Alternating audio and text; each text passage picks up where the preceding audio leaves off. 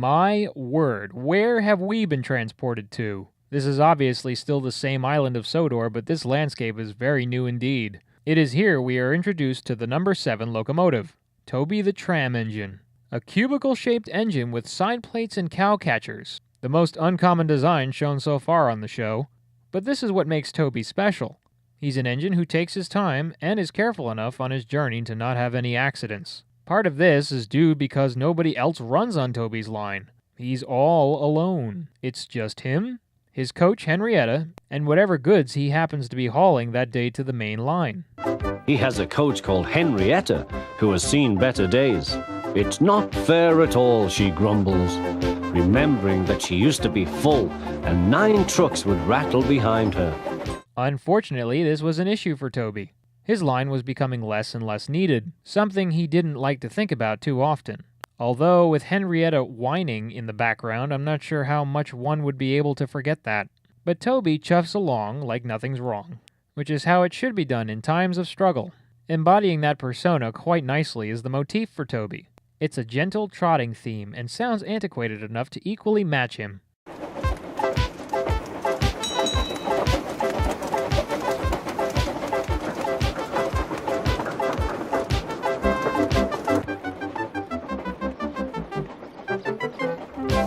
One day, Toby came to the Lower Arlsburg station. There, standing on the platform, was a woman with 2 children and a round man. And what do you know, that round man was actually Top Hat, without the top hat. Turns out he was taking his grandchildren out on some vacation of sorts. If he was doing this for a scenic railway ride, then he definitely picked the best line. These outlooks are nothing compared to anything we've seen before. Top Hat's grandchildren were saying the same thing about Toby. They were fascinated with his shape. Is it electric? Asked Bridget. Hush! Hissed Toby. Shh, shh, said her brother. You've offended him. But trams are electric, aren't they? The only electric engine I'm aware of is Stafford's. Oh, man, I gotta stop slipping like that. Anyway, Top Hat cleared up the confusion and explained that Toby was a tram, but steam-powered. With that, the kids got even more excited to ride Toby's train. Toby, on the other hand, still couldn't get over the whole electric labeling. I know how that can be hurtful when someone assumes one thing when it's not true, but they're just kids, Toby. Likewise, they were even more enticed of being your passengers, so that should make up for something, no? Right. Electric indeed. Electric indeed, he snorted. He was very hurt. After the ride was over, Top Hat checked with Toby to get his name, number, and thank him for the trip. For several days more, the grandchildren continued to visit Toby, and all of them enjoyed every minute of it.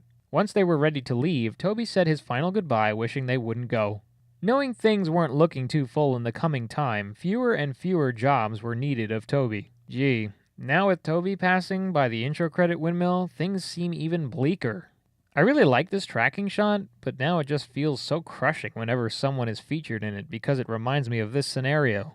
The last day of Toby's line was the happiest and saddest because Toby and Henrietta both never felt so full in such a long time, knowing it was the end.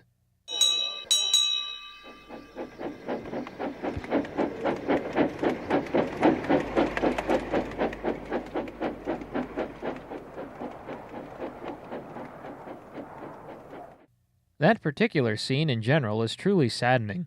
No music, just complete silence. Concluding the day, Toby adjusted himself to his shed, knowing it was all done from there on out. It's a moment like that where the sense of abandonment feels not too far away. This actually feels worse than the sad story of Henry. The emotions being thrown on us really stink at this instant. That is, for all about another 10 seconds. The next morning, Toby got quite a wake-up call. Wake up, Toby, they shouted, and listen to this. It's a letter from the stout gentleman. Toby listened and... But I mustn't tell you any more, or I shall spoil the next story.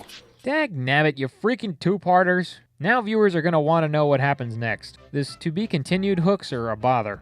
Imagine if there was no setup for the next story and it was just that. Sure, it would have looked fairly dreadful, but so was the sad story of Henry, and they didn't have a lead-in like that. Anyway, this episode was good. Everything is almost fresh here. Toby is certainly something rare to look at, since every other engine we've been introduced to has pistons, domes, whistles, and oblong frames. Toby is anything but that. He's also the first engine who has a square face with visible nostrils. Not that this is something to really make note of, but it's nothing like the others. The story itself is an accurate representation of what happens to technology in general when it isn't used anymore. Many things that are considered old-fashioned and out of date are normally dropped like a hot potato and are never heard from again. But as shown in the past, Sir Topham Hatt is not one of those people. If he sees value in the item and feels it can be used in a way that will benefit others, he will utilize it, which is probably why he brings Toby on board. It's also scarce seeing Top Hat in something other than his suit and hat. Now we see what he does on his off time to some level. As for music and set pieces, this was definitely untouched by viewers up until this time. Aside from a couple of locations, everything else is brand new to the eye. The mountain ranges, Arlesdale Lakeside lines, Toby's mini shed at Arlesdale End, to the lower Arlesburg station are places nobody has seen yet. We also have another tune to add to the O'Donnell Campbell library. Toby's theme has always been a memorable one, and it's great to finally hear it. That's it for now. Next episode is Thomas in Trouble. Thanks for watching.